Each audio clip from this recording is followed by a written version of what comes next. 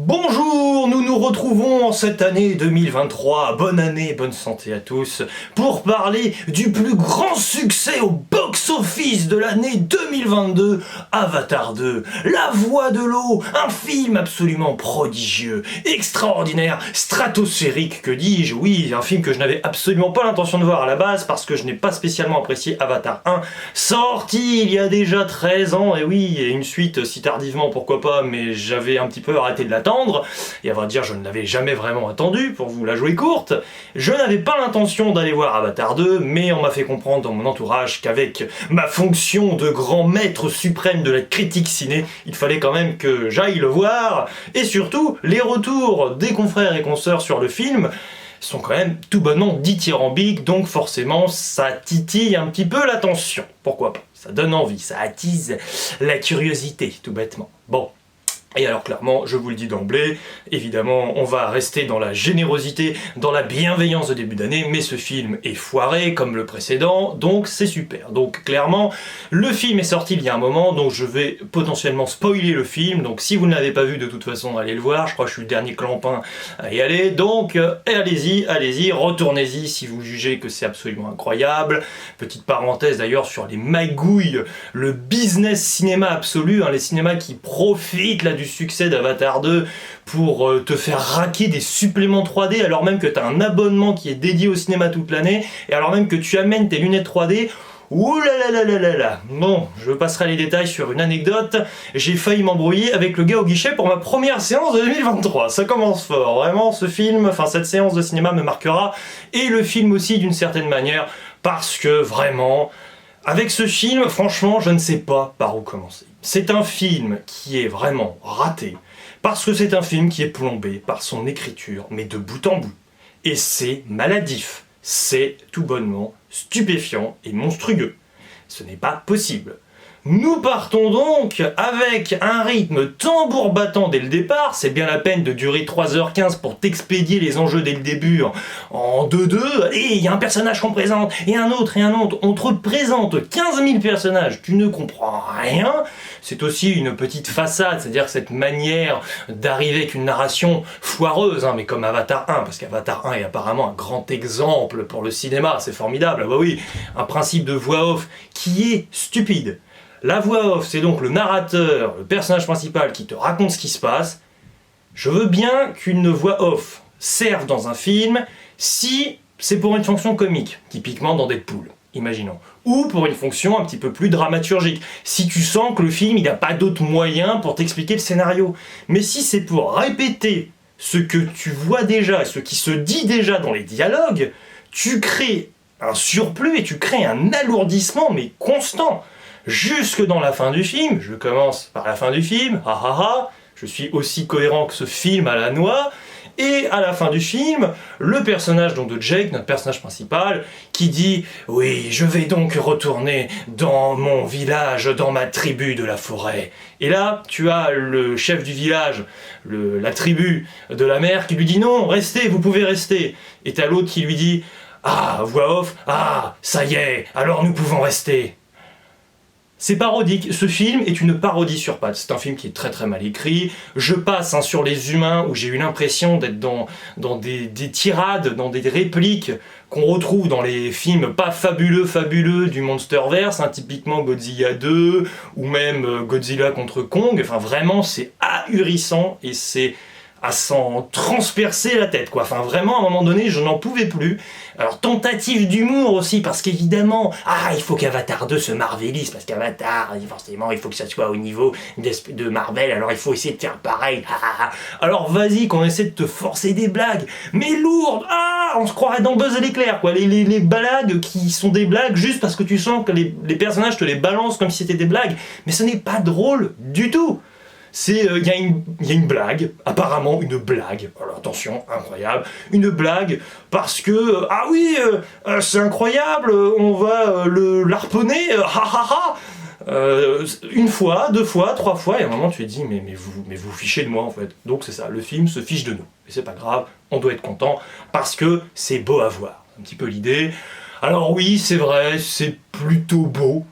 Cependant, alors pour moi, je vais pas être dans l'extase, waouh, le progrès technique, l'ingéniosité des plans, j'ai voyagé et tout. Non, je n'ai pas voyagé spécialement, mis à part lors des rares scènes d'accalmie, où c'est paisible, où c'est tranquille, où c'est une ode à la nature, à l'écologie, à la vie. Ça, oui. Mais c'est tellement asphyxié, tellement par ce côté bourrin, parce qu'à un moment, évidemment, vous avez un missile qui est tiré, et vous avez une grosse baleine qui, avec sa tête, paf, donne un coup de dent comme Giroud à la dernière Coupe du Monde, et but, oui, il n'est pas mort, il s'en est sorti, c'est merveilleux. Non, mais à un moment donné, moi, j'en pouvais plus, c'était vraiment pénible, et puis c'est évidemment éprouvant parce que ça dure 3h15, mais ça ne devrait jamais durer 3h15, ça devrait durer 2h30, ça sera déjà pas mal.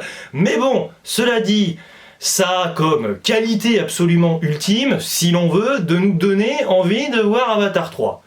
Et en cela, c'est une très bonne bande-annonce pour Avatar 3, 4 et 5. Parce que ce film-là, scénaristiquement parlant, il s'y passe pas grand-chose. C'est un épisode de série absolument transitoire, absolument dispensable. On peut passer, je suis persuadé qu'on peut passer du 1 au 3 absolument comme ça, en un claquement de doigts. Parce que donc, l'introduction d'Avatar 2... tu sens qu'on essaie de modifier, c'est très bizarre, hein, on essaie de modifier un peu ce qui visiblement semblait se passer à la fin du 1, c'est-à-dire qu'évidemment on avait un grand méchant, là, le méchant colonel dans le 1, qui était un personnage insupportable, caricatural avec sa tasse de café. Eh, vas-y les gars, on va se défaire et après faut que j'aille aux toilettes, hein, vous comprenez pourquoi, hein, ouais, j'ai l'air trop badass, j'ai l'air trop cool pour les jeunes, c'est trop chouette. Ok, donc bon, il était mort, donc je m'étais dit, super, débarrassé. Et non. Et alors là, attention, accrochez-vous, scène de raccordage de bateaux, de wagons hyper chelou. Vous avez donc le gars qui parle, donc le colonel, c'est une visioconférence évidemment en décalage, hein, c'est le type qui a enregistré un message audio et visuel avant d'aller au casse-pipe face au héros du film à la fin d'Avatar 1, et il parle donc à son clone du futur en lui disant « Écoute, si tu regardes cette vidéo, c'est que je ne m'en suis pas sorti, mais je m'en sortirai forcément, parce que je suis le plus fort et je suis un grand militaire. Je ne suis pas ton clone, non, tu n'es pas mon clone, non, nous sommes différents, mais tu as ma mémoire, tu as ma personnalité, je n'ai pas de personnalité, et voilà. Et alors après, pendant le film, c'est fou, parce que un coup, oui, il est censé être le type en question, il est censé être le colonel du 1, et des fois il t'affirme que non. Donc le gars fait la girouette constamment. Pendant tout le film c'est ça. Hein. C'est oui, tu n'es pas mon fils, parce qu'il a un fils. Ah oui, j'ai oublié de le préciser, un enfant sauvage à la Truffaut, super, génial, qui s'appelle Spider. Alors là, vraiment. Mais comment on peut faire pour ne pas rigoler de honte quoi devant ce film qui est une parodie quasiment quoi. Vous l'avez appelé Spider, sérieusement? Vous avez pas pensé à Spider-Man à un moment, vous n'êtes pas dit les gens vont trouver ça hyper bizarre, puis bon, même si on pense pas à Spider-Man, araignée, oui d'accord, pourquoi pas, donc alors son fils, oui, tu es mon fils, non, tu n'es plus mon fils, et alors à la fin, parce que oui, ce personnage de Spider, tu sens que c'est un personnage flottant, c'est comme Croyance hein, dans les Animaux Fantastiques 3, c'est un personnage qui est là, tu sais pas trop pourquoi, il est introduit, et personne ne sait comment l'utiliser, parce que le gars, il est avec les humains, alors je veux pas être méchant, mais peut-être que le colonel, même si c'est son fils, pas fils, on s'en fiche, il pourrait peut-être l'attacher, parce que le gars, il tente de s'enfuir constamment, et c'est un vrai problème du film, c'est que les méchants là-dedans, mais ils sont pas sanguinaires pour un sou, c'est une plaisanterie ou quoi? Ils attachent les gens à chaque fois. Oh là là, Jake, j'ai attaché ta famille et tes enfants pour la 10e fois, viens, et bats-toi si t'es un homme, parce que oui, évidemment, les enjeux du film sont complètement nazes, on s'en cogne, c'est incohérent, parce que, évidemment, la famille est au complet, désormais, on a Jake, il a des fils, alors il en préfère un à un autre, le personnage de Jake est insupportable dans ce film, il ne tient pas debout une seule seconde, il est visiblement violent, il se la joue viril, il prend sa famille pour une squad, comme ils disent en anglais, pour une armée, pour un régiment militaire, bon bref, il est complètement siphonné, il n'a absolument plus rien à voir avec le premier film, là où sa femme, elle, au moins elle a une cohérence entre les deux films, ce qui est déjà pas mal, hurrah. Et alors dans le lot, j'ai oublié de le préciser, parce que là on rebondit sur l'introduction du film hyper chelou, où on t'explique que comme on a Sigourney Weaver, qui est dans le film, qui était dans Avatar 1, mais zut, on l'a tué, attends, on va essayer de la ramener. Explication foireuse, une de plus. Oui, alors, incroyable, un miracle de la nature, un miracle de la physique, on ne l'aurait pas cru, mais une personne morte arrive à avoir un enfant. Et oui, en effet, elle est différente parce que... Ok, d'accord. Donc moi j'ai un problème, parce qu'à un moment donné, James Cameron, il a un petit peu planifié les scénarios, même globalement, pour tous les films où il fait du freestyle, c'est-à-dire un coup un film, vas-y je raconte mon truc, et la suite, parce que c'est hyper bizarre. Entre eux, donc Sigourney, à ce moment-là, fallait peut-être pas la buter, hein, excusez-moi de l'expression, mais à un moment donné, si tu veux vraiment la maintenir dans le film avec un autre personnage, trouve un truc un peu moins tarabiscoté et farfelu. Et alors, le colonel, je rappelle que dans Avatar 1, les gentils sont très sympathiques, parce qu'ils laissent les humains, en les attachant avec des cordes, repartir en gros sur Terre. Allez, vous repartez, vous nous lâchez la grappe. La seule personne qu'ils ont dû tuer par légitime défense, c'est le colonel. Mais si tu voulais vraiment garder le colonel pour la suite, tu le tuais pas dans le 1. Tu prévois en amont un peu ton scénar, surtout qu'apparemment il a son scénar pour Avatar 1 depuis le moment un petit peu de Titanic quand il avait tourné, dans les années 97 environ. Alors aussi, j'oublie, on a de l'autoréférence, parce que James Cameron, il aime bien sa filmographie. Alors, on a un Titanic bis du pauvre, on peut pas appeler ça autrement, qui est permis, évidemment, parce que le scénario est tracté comme ça, par des bêtises scénaristiques, parce qu'il y a donc l'enfant sauvage de Truffaut, qui à un moment donné, avec un extincteur, pète un boulard, alors qu'il aurait dû être attaché depuis le début. Bon bref, on passe les détails. Et en gros, il tabasse complètement les commandes qui, du coup, provoquent... progressivement un retournement du bateau pour après, pourquoi pas, lors du retournement de bateau évidemment, nous avons droit à une scène à la Disney incroyable où évidemment tu mets un petit costume, des petites ailes de petite fée et tu parviens à sauver ta famille. Et voilà, donc c'est pénible, c'est insupportable. C'est dommage parce qu'en plus cette scène est complètement un peu gâchée malheureusement par cette idée écologique que c'est la jeune génération qui aide les parents qui n'ont pas fait suffisamment et c'est aux jeunes d'essayer de sauver la planète, tralali tralala, bien sûr, mais comme c'est complètement asphyxié par des inepties, des stupidités scénaristiques constamment et d'écriture, on finit par n'en plus pouvoir. Et par rapport aux humains, moi à un moment donné j'ai un problème parce que là on est dans Avatar 2, les humains sont venus coloniser globalement ou s'exiler, on sait pas très bien, sur la planète Pandora, très bien. Et alors, à un moment, on te balance la Terre va mal. Donc déjà en une phrase, parce que le film a la grande force d'essayer de tout te justifier à chaque fois en une phrase, mais des phrases complètement banales comme ça. Donc, bon, la Terre va mal. Bon, on pourrait un peu plus en savoir, mais disons que c'est pour plus tard. Mais alors, réfléchissons. Les humains reviennent au début. Alors c'est le syndrome de la suite. Ah, on s'est fait dérouiller dans le premier, mais on revient plus fort que jamais. Bah, vous êtes là. Ah. Et alors là, Jake, qui devient complètement insupportable, se dit « Oh, bon sang de bonsoir, on va essayer de me tuer, moi et ma famille, donc je vais quitter ma tribu dont je suis le chef, la tribu de la forêt, et nous allons nous exiler ailleurs, nous allons nous exiler dans la tribu de la mer. » Alors, très bizarre, c'est que déjà, on passera sur le fait que c'est n'importe quoi, c'est-à-dire qu'on ne comprend absolument pas pourquoi l'enjeu pour le personnage du colonel, c'est de se venger de Jake. Alors si on peut vaguement le comprendre, à la rigueur, pourquoi pas, mais alors, attendez, les humains, ils sont venus pour quoi à la base? Ils sont pas venus pour s'occuper de Jake. D'ailleurs, c'est un petit détachement militaire avec cet abruti de colonel qui va chercher Jake. Bon, d'accord. Mais alors, le gars, il est parti avec sa famille, donc il s'est carapaté, c'est super. Il a laissé sa tribu à quelques kilomètres de l'endroit où les humains viennent de ravager des forêts et il n'entend pas la défendre. Et à la fin, donc il dit, bon allez, je vais peut-être rentrer chez moi quand même, surtout que j'ai failli créer le génocide, accessoirement, c'est pas grave, le génocide des Na'vi qui habitent tout simplement dans les tribus de la mer, c'est pas grave, allez, moi je pense qu'à ma pomme, de toute façon c'est comme ça que ça marche, et à ma famille, c'est super, le personnage est complètement stupide, bref, mais à un moment donné, mais il se défile complètement, quoi, et c'est super désagréable.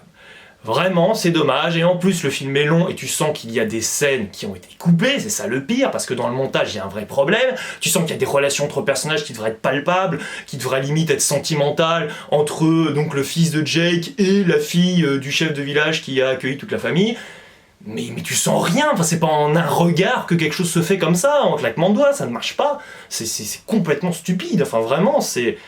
Ah là là, c'est vraiment un film, c'est pas bon, quoi. Alors heureusement, À la fin, une petite émotion, enfin vague émotion, parce que meurt l'un des personnages, l'un des enfants. Je m'en doutais, dès le début j'ai senti le truc, je me dis bon allez, les enfants, alors lui, allez, toi, tu seras de la chair à canon pour la fin. T'es couru, tu l'as senti venir à 10 000 km, mais pourquoi pas, c'est plutôt correct. Et alors, concernant donc ces enjeux pour les humains qui sont venus, moi j'ai un vrai problème, parce que déjà, bon, je pense que le personnage du colonel est trop, ça vous l'avez compris, mais c'est du fanservice, mais c'est logique en même temps. C'est-à-dire le film a coûté 350 patates de millions de dollars. Donc forcément, tu peux peut-être pas faire tout ce qu'il veut. Cameron, de toute façon, on sent que son scénario est complètement, enfin, cadenassé, enfin, il fait rien avec en fait, il est pas tout seul au scénar. D'ailleurs 13 ans pour pondre un scénar pareil, quiconque a déjà écrit un scénario et a déjà écrit tout simplement pour des dialogues de films et tout, sait pertinemment que là cet Avatar 2 c'est la première version du script, c'est pas possible, il n'y a rien eu derrière en fait, allez on s'arrête à la première, ça a l'air d'aller, non ça ne va pas, ça a été créé en une semaine ce truc, ça se sent, c'est pas bon, bref, mais en tout cas, bon, l'idée c'est que, bon, bah, malgré tout, oui, t'as envie de dire que globalement, le problème c'est que dans Pandora, tu comprends pas pourquoi c'est pas plutôt la dame qui sort d'ailleurs une tasse de café avec un logo Tour de France à moitié, hyper bizarre le truc, mais pourquoi pas, le Tour de France existe peut-être encore, hein, dans des années, alors que la France est en péril, bon pourquoi pas si vous voulez, et alors la dame, la générale de je sais pas trop quoi, qui est à moitié en train de boire son café, donc parallèle avec le colonel dans le premier, et on pensait que ça allait être elle la méchante un petit peu du film, mais non, et on la voit 2 secondes, et après tu pars sur des enjeux qui sont intimistes, enfin qui sont propres au personnage mais qui ne concernent pas la planète. Quand bien même l'enjeu ultime du film pour le méchant est assouvi, à savoir qu'il arrive à tuer Jake, ça ne change rien pour l'écosystème, pour la survie de la planète. C'est un épisode, mais c'est le spin-off ultime Avatar, quoi. Enfin, c'est catastrophique, rappelez pas ça Avatar 2. Donc c'est un petit peu embêtant, oui, également cela. J'ajouterais également aussi que quand même, mine de rien, on nous fait une critique, ça c'est intéressant, de l'écologie avec...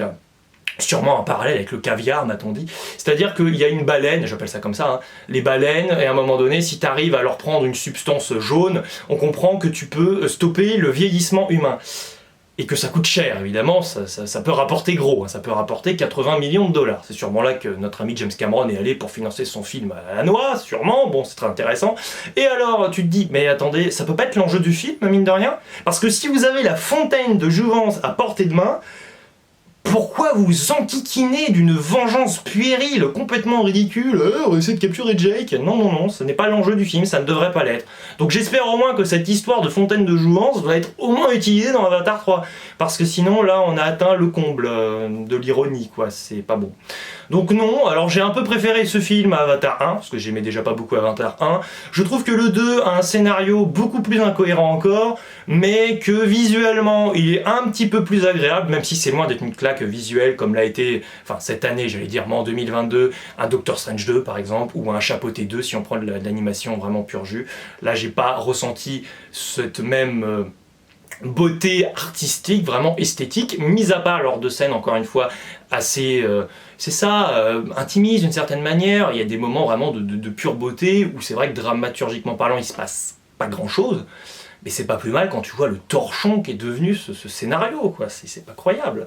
Donc, encore une fois, ce film donne envie de voir les suivants, mais j'ai envie de dire que c'est la définition ultime de la pompe afrique absolue, quoi. C'est-à-dire que t'aies aimé ou pas, bah oui, t'as envie de voir le suivant, mais c'est dommage parce que t'as l'impression qu'il s'est pas passé grand-chose. Enfin, pour moi, c'était un non-événement, quoi, ce film. J'ai vu le film, mais ça m'a bien agacé, j'ai pété des câbles vraiment à cause de l'écriture, c'est juste une hérésie, quoi. À un moment, c'est pas possible.